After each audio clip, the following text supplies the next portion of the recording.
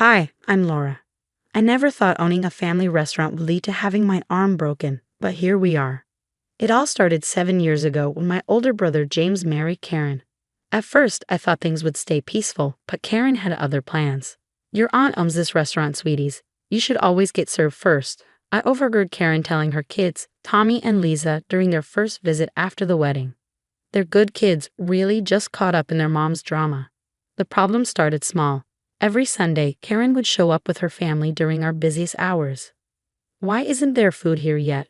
We've been waiting 15 whole minutes," she'd exclaim, oblivious to the fact that other families had been waiting much longer. Sarah, my best friend and our head server, always tried to smooth things over. "The kitchen's backed up today. Everyone's getting their food in order." "Well, everyone else's children aren't the owner's niece and nephew, are they?" Karen would retort. At first, I kept the peace. James would give me that pleading look, and I'd cave. But last Sunday, everything fell apart. We were packed, celebrating the local team's championship win. Every table was full. "The children are hungry now." Karen stormed into the kitchen, dragging Tommy and Lisa behind her. They hovered awkwardly by the door, clearly embarrassed. "You're making them wait while serving complete strangers. Karen, please leave the kitchen. It's not safe." "Don't tell me what's safe for my children. You think you're better than me because you own this place. You've always looked down on us."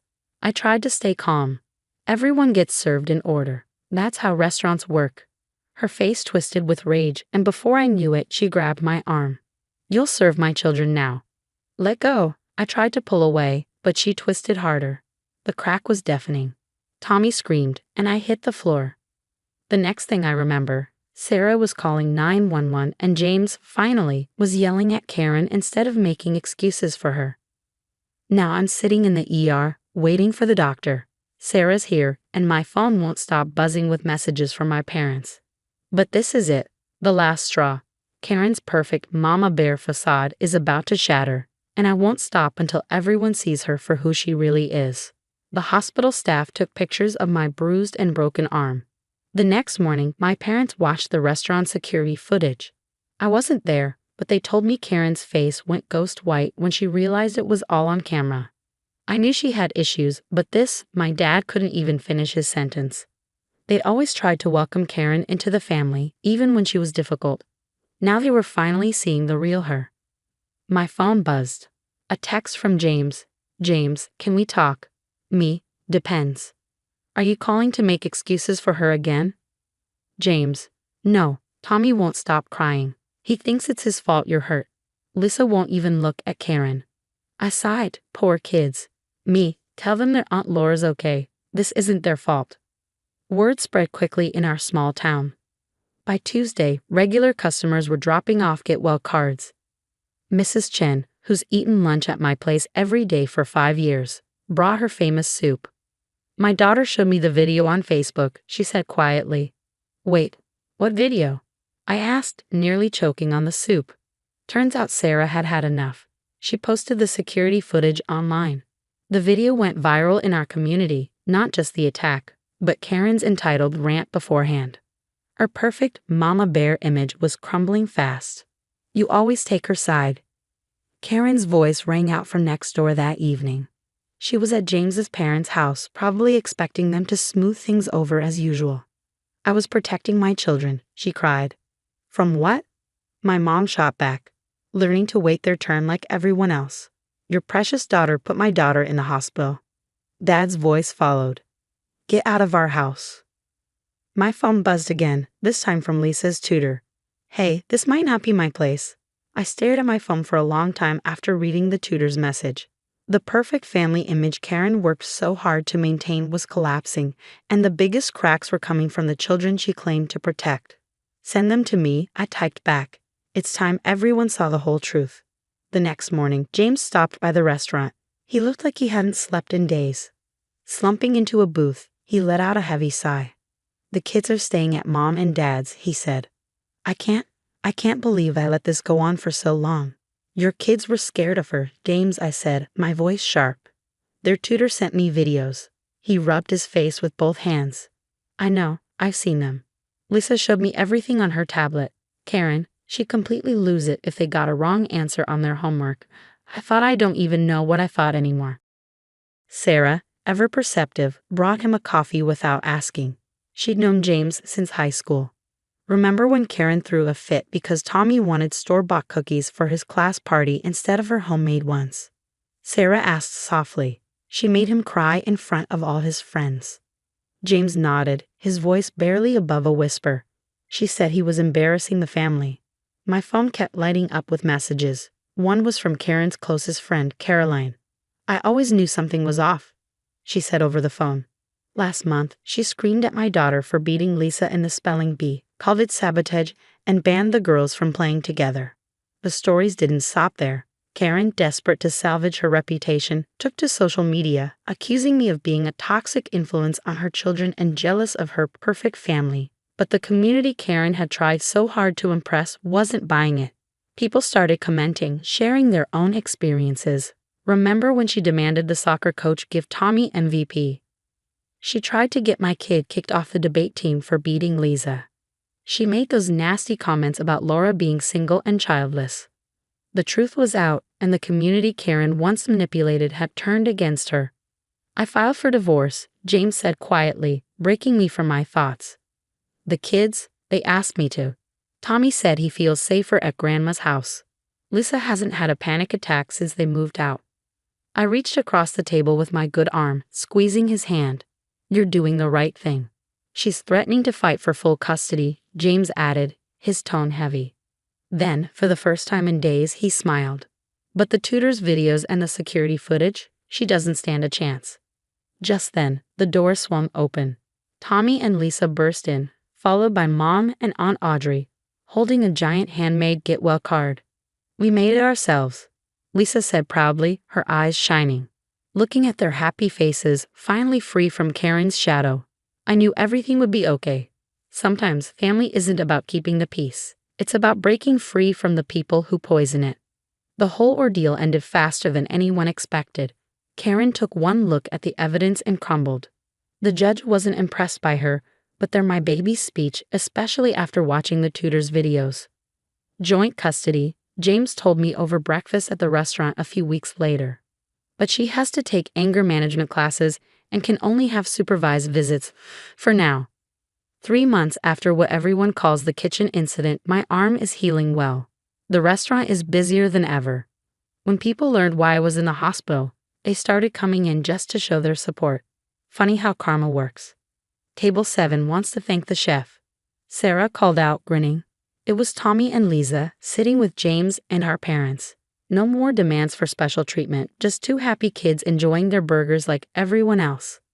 How's the arm, sweetie? Mom asked as I joined them. Better, I said, smiling.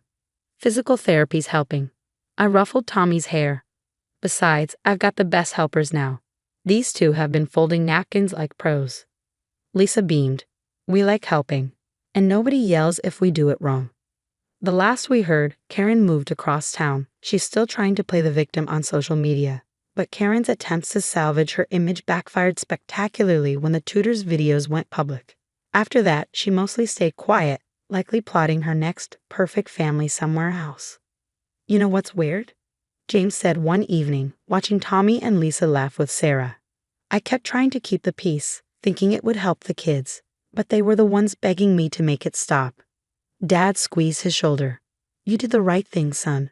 Sometimes peace comes after the storm. Looking around my restaurant, at my real family, the regular customers who had become friends, and Tommy and Lisa finally acting like kids, I couldn't agree more. My arm had been broken, but it broke something else too, Karen's power over all of us.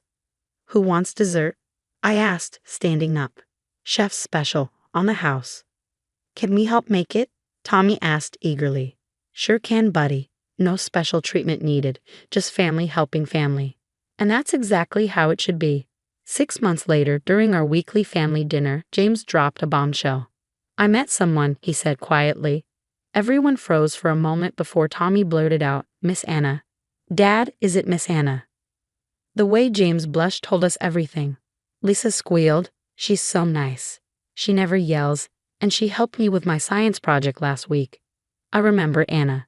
She'd been one of the first people to bring me a get well card after the kitchen incident. She never mentioned knowing Karen, just said she'd seen enough and wanted to show her support.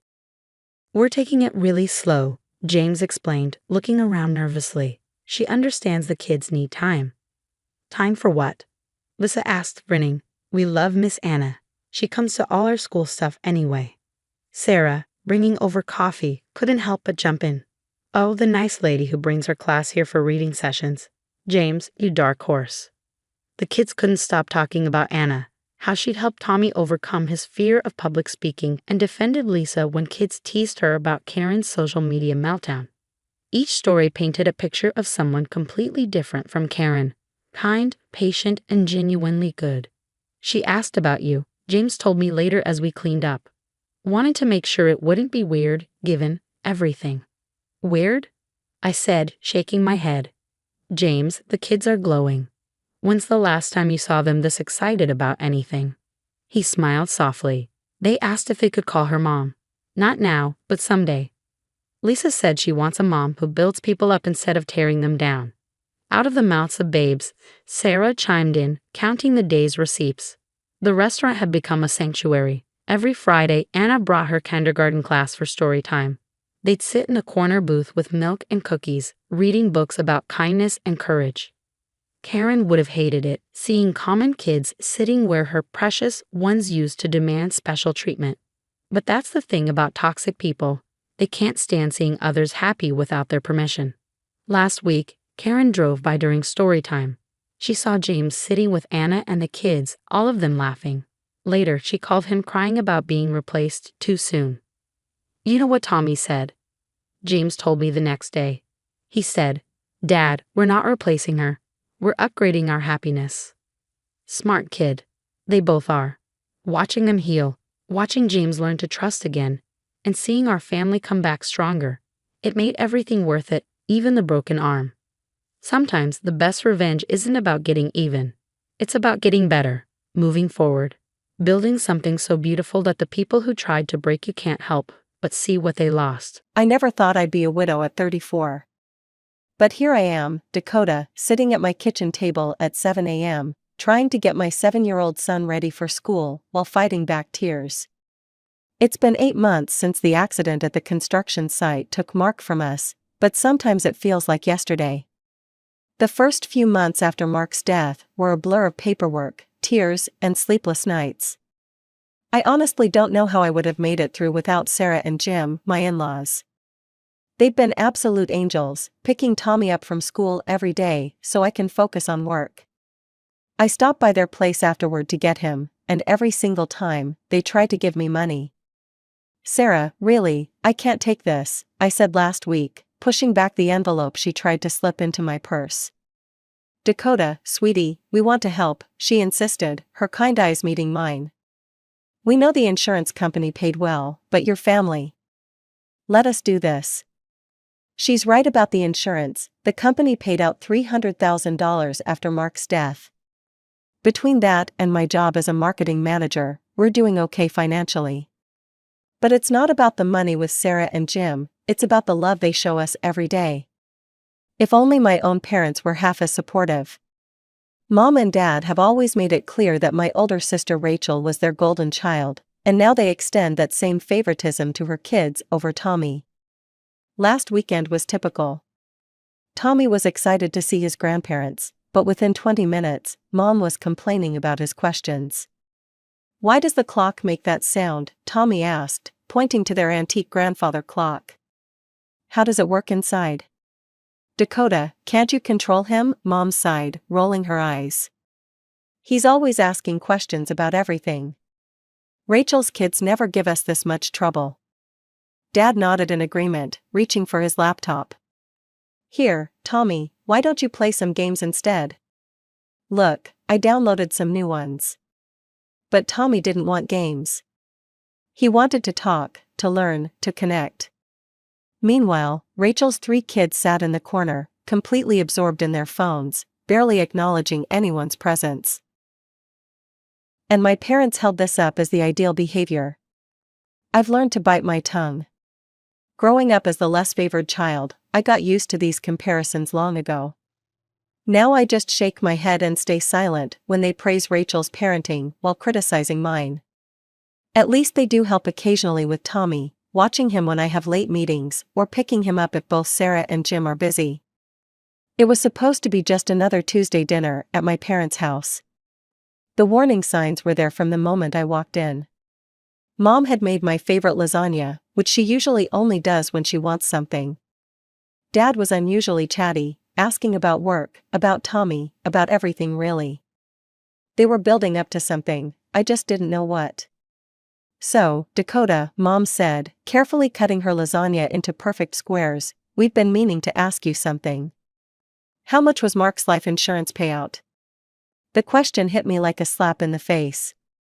I nearly choked on my water, completely blindsided by such a direct inquiry about something so personal. Maybe it was the shock, or maybe I was just tired of keeping secrets from my parents, but I answered honestly. "About $300,000, I said quietly. The fork in Mom's hand clattered against her plate. Dad's head snapped up so fast I thought he might hurt himself. They stared at me like I'd just announced I'd won the lottery. "Well," Mom said, putting down her fork deliberately, "what are you planning to do with all that money?" I could feel the weight of their expectations pressing down on me. "I've invested it," I explained, trying to keep my voice steady. "It's for Tommy's future, his college education, maybe help him buy an apartment when he's older. Mark and I always talked about." "But that's years away," Dad interrupted, waving his hand dismissively. "You should be thinking about the present, Dakota. About yourself and your family."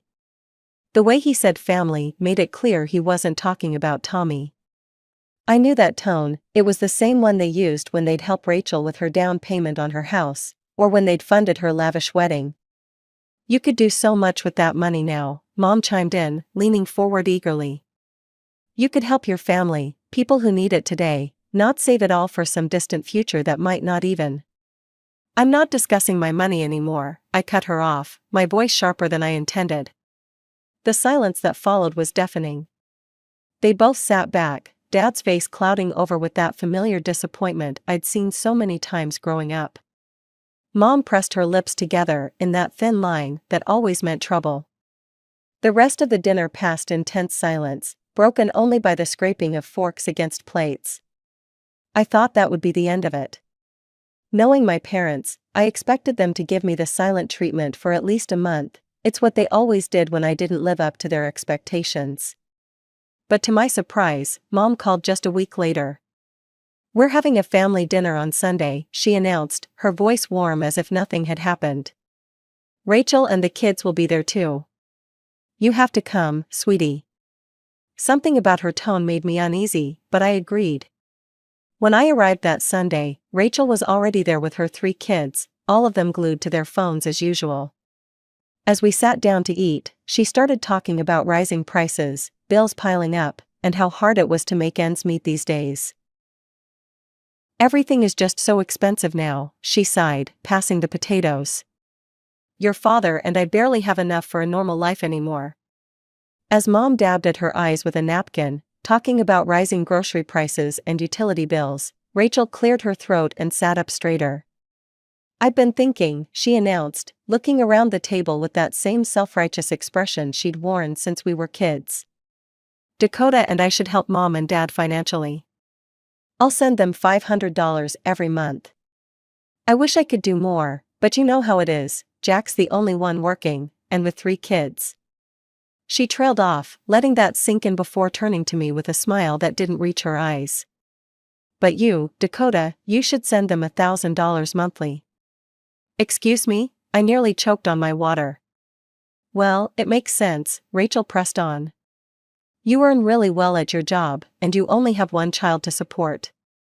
Plus, with your situation, you have other income now." My blood boiled at her careful avoidance of mentioning Mark's death directly. I wanted to scream that I was a widow, that I didn't have a husband's income to rely on anymore, that the other income she was referring to was meant for my son's future. But Mom was already clapping her hands in delight, and Dad was beaming like it was Christmas morning. "Oh, girls," Mom exclaimed, "you don't know what this means to us.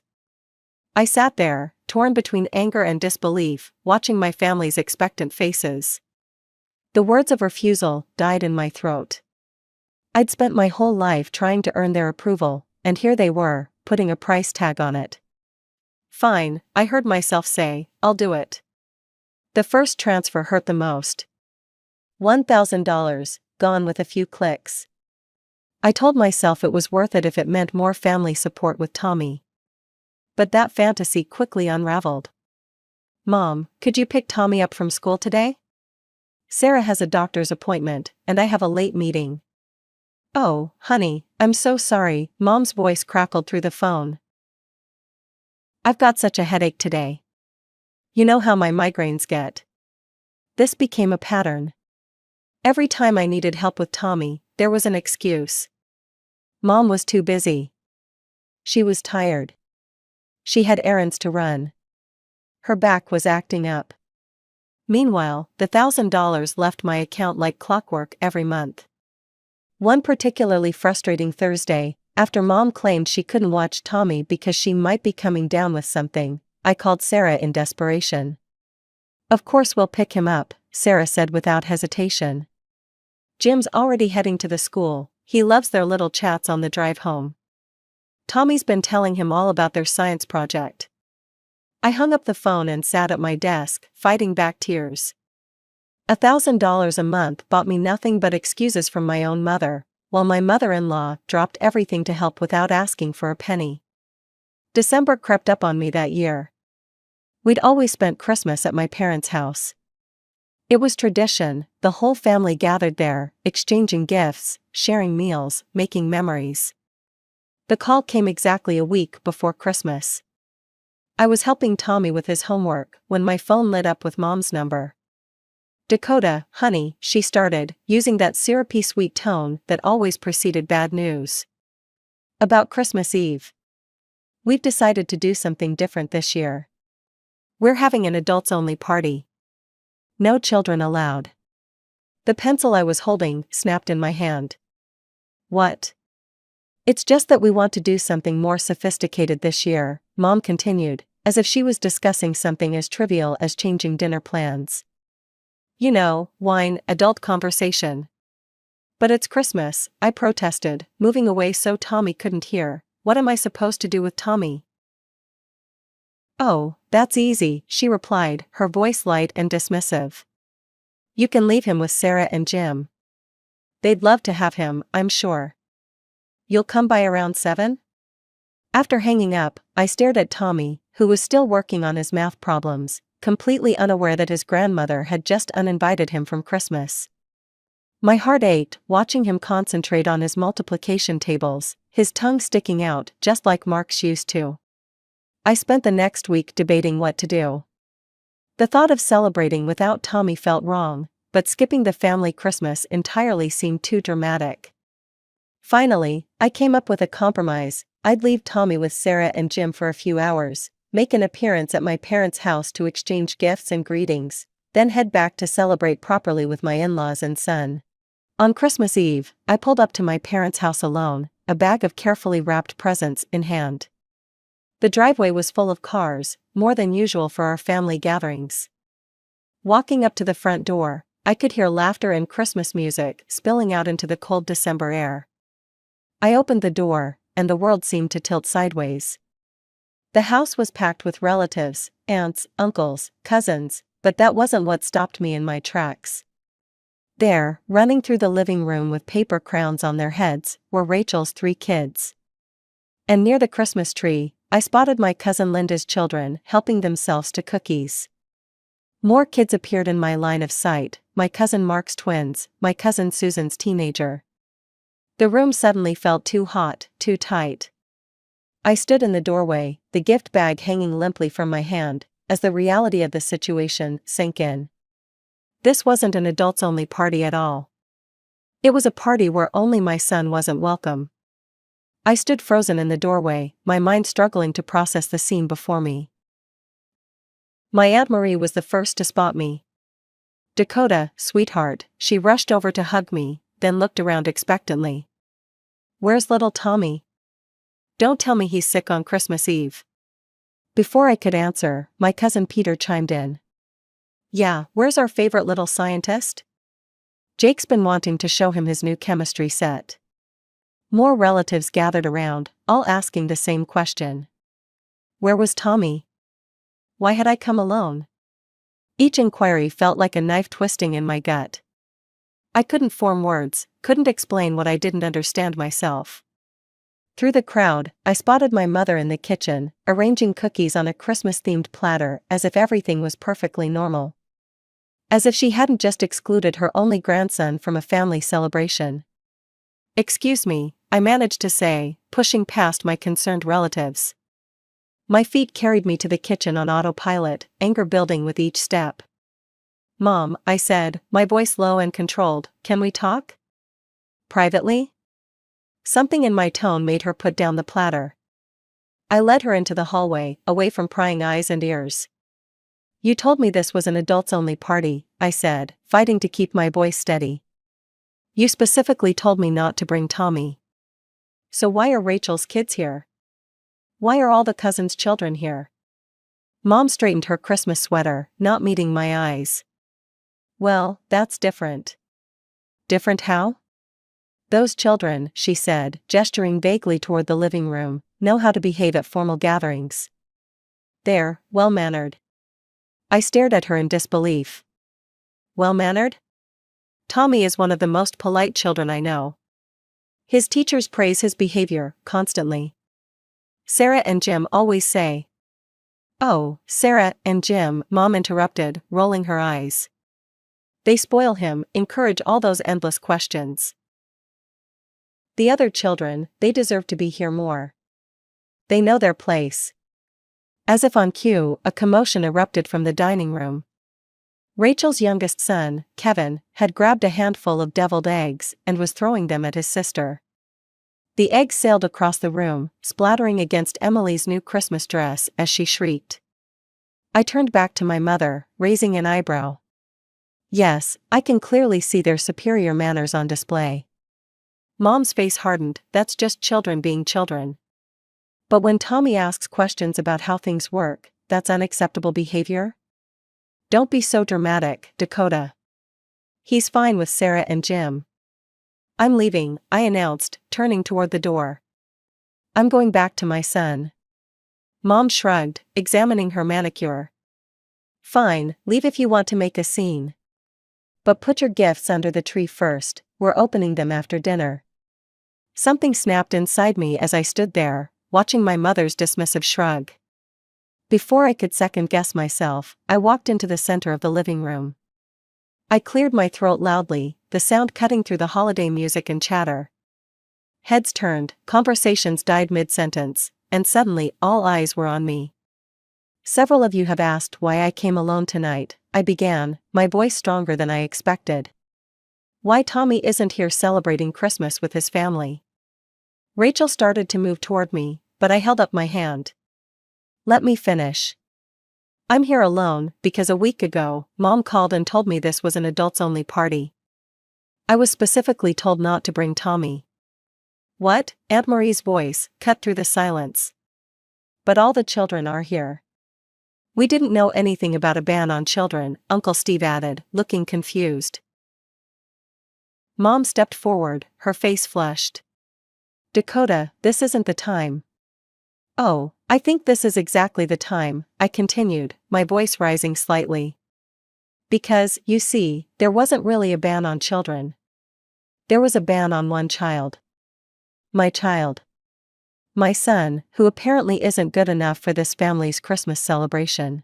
The room erupted in murmurs. I saw shocked faces, disapproving looks directed at my parents, and confused children watching the adult drama unfold. But that's not even the best part, I laughed, but there was no humor in it. While my son isn't good enough to attend Christmas, I'm apparently good enough to send my parents $1,000 every month. And Rachel here sends $500. Rachel's husband Jack's head snapped up. Wait, what? What $500? The color drained from Rachel's face as Jack turned to her. You're sending your parents money every month? From where? Our account barely covers the bills as it is. Rachel's composure cracked. Her face flushed red as she looked between our parents and her husband. "I never actually sent any money," she stammered. "Mom and Dad asked me to say I was sending $500 so Dakota would agree to help them financially. They said if she thought I was contributing too." The silence that followed was deafening. I watched comprehension dawn on my relatives' faces as they pieced together what had happened, how my parents and sister had manipulated me into supporting them while simultaneously excluding my child from family events. "You're telling me," Aunt Caroline's voice rang out, sharp and clear, "that you scammed your own daughter out of thousands of dollars? You're nothing but scammers. Using your own daughter like an ATM while treating her kid like dirt? That's low, even for you too." The room erupted in overlapping voices, some expressing disgust, others demanding explanations. Rachel was trying to explain herself to an increasingly angry Jack, while my parents stood there, their carefully crafted facade crumbling around them. I raised my hand, silencing the ongoing arguments around me.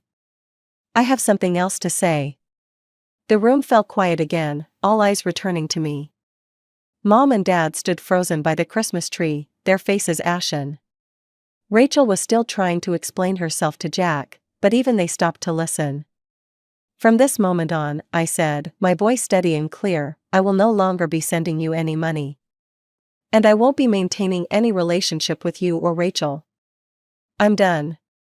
Without waiting for a response, I turned and walked out, leaving the bag of gifts by the door. The sound of the door closing behind me felt final, like the ending of a chapter one should have finished long ago. Sitting in my car, I pulled out my phone and opened my banking app. With a few quick taps, I canceled the monthly transfer to my mother's account. It felt like cutting off a chain I'd been dragging behind me for months. The drive to Sarah and Jim's house seemed to take both forever and no time at all. When I pulled into their driveway, I could see Tommy through the window, helping Sarah decorate Christmas cookies. The sight of him, happy and loved, brought tears to my eyes. We spent the rest of Christmas Eve with Sarah and Jim, decorating cookies, singing carols, and watching Tommy's eyes light up as he helped Jim arrange the nativity scene. This, I realized, was what family should feel like. The next morning, while Tommy was still asleep, surrounded by the presents Santa had brought, my phone rang. It was Aunt Caroline. "You might want to hear how things ended last night," she said without preamble. "After you left, it was like a dam broke. Uncle Mike stood up and said he couldn't stay in the house another minute. Then Aunt Marie and Uncle Steve followed. Pretty soon, everyone was gathering their coats and kids." I listened as she described how the relatives had left en masse, not even bothering to say goodbye to my parents. Some had apparently made very loud comments about manipulative behavior and family shame as they walked out. "And Jack?" I asked quietly. "Oh, honey," he was livid. "Packed up the kids right there and then, told Rachel he needed time to think about their marriage. Said he was taking the children to his parents' house for Christmas." Rachel was crying. "Your parents were trying to damage control, but it was too late." I could hear her take a deep breath. "I want you to know, Dakota, we're all on your side. What they did to you and Tommy, it's unforgivable." After hanging up, I sat on my bed, processing everything. My phone started buzzing with notifications, text messages from Mom, Dad, and Rachel. They all said variations of the same thing: "We're sorry, we were wrong, please talk to us, we can explain." I read each message once, then archived them without responding. The week between Christmas and New Year's passed in a peaceful blur. Tommy and I spent quiet evenings with Sarah and Jim, played board games, watched holiday movies, and enjoyed the simple pleasure of being with people who truly loved us both. Then, on New Year's Eve morning, the doorbell rang. Through the peephole, I saw Mom and Dad standing on my porch, clutching a large, elaborately wrapped package. My heart thumped against my ribs as I debated whether to open the door. "Dakota, we know you're home," Mom called out, her voice muffled through the door. "Please, we just want to talk." After a moment's hesitation, I opened the door, but stayed firmly in the doorway, blocking their entrance. They looked smaller somehow, less intimidating than they had a week ago. We brought this for Tommy, Dad said, holding out the package. Through the wrapping paper, I could see the logo of an expensive electronics store. He doesn't need it, I replied, making no move to take the gift. Please, Dakota, Mom stepped forward. We know we were wrong. The way we treated Tommy, the manipulation with the money, we're truly sorry. And we want you to know, Dad added quickly, that this isn't about the money you were sending us. We really do feel terrible about everything. I studied their faces, searching for sincerity. Are you sorry because you realize what you did was wrong, or are you sorry because the entire family knows what you did and won't speak to you anymore? They exchanged glances, and in that brief look, I had my answer. I think you should leave, I said quietly. I don't believe you, and I don't trust you. Not anymore. But we're family, Mom protested, tears welling up in her eyes. No, I shook my head, family doesn't manipulate each other. Family doesn't exclude a child from Christmas. Family doesn't scheme and lie to get money. What you did, that's not family. They left eventually, still clutching the unwanted gift, their apologies trailing behind them as they walked to their car. I watched them drive away, feeling not sadness, but relief. In the months that followed, I stuck to my decision. I didn't answer their calls or respond to their texts. Rachel tried reaching out too, but I blocked her number. The money I had been sending to my parents went into Tommy's college fund instead. The funny thing about cutting toxic people out of your life is how much room it makes for better relationships to grow. Aunt Caroline started inviting us over for Sunday dinners. Uncle Mike and his wife had us over for barbecues where Tommy could play with his cousins. Everyone made a point of including him, asking about his interests, encouraging his questions. Mom, why does Uncle Mike's pool have that funny smell? Tommy asked one summer afternoon. That's the chlorine, buddy, Uncle Mike answered before I could, launching into an explanation about water treatment and chemical reactions that had Tommy fascinated. I watched my son bloom under the attention and love of family members who actually wanted to know him, not change him. He started calling Sarah and Jim Grandma and Grandpa exclusively now, and they continued to be our rocks, our safe harbor in any storm.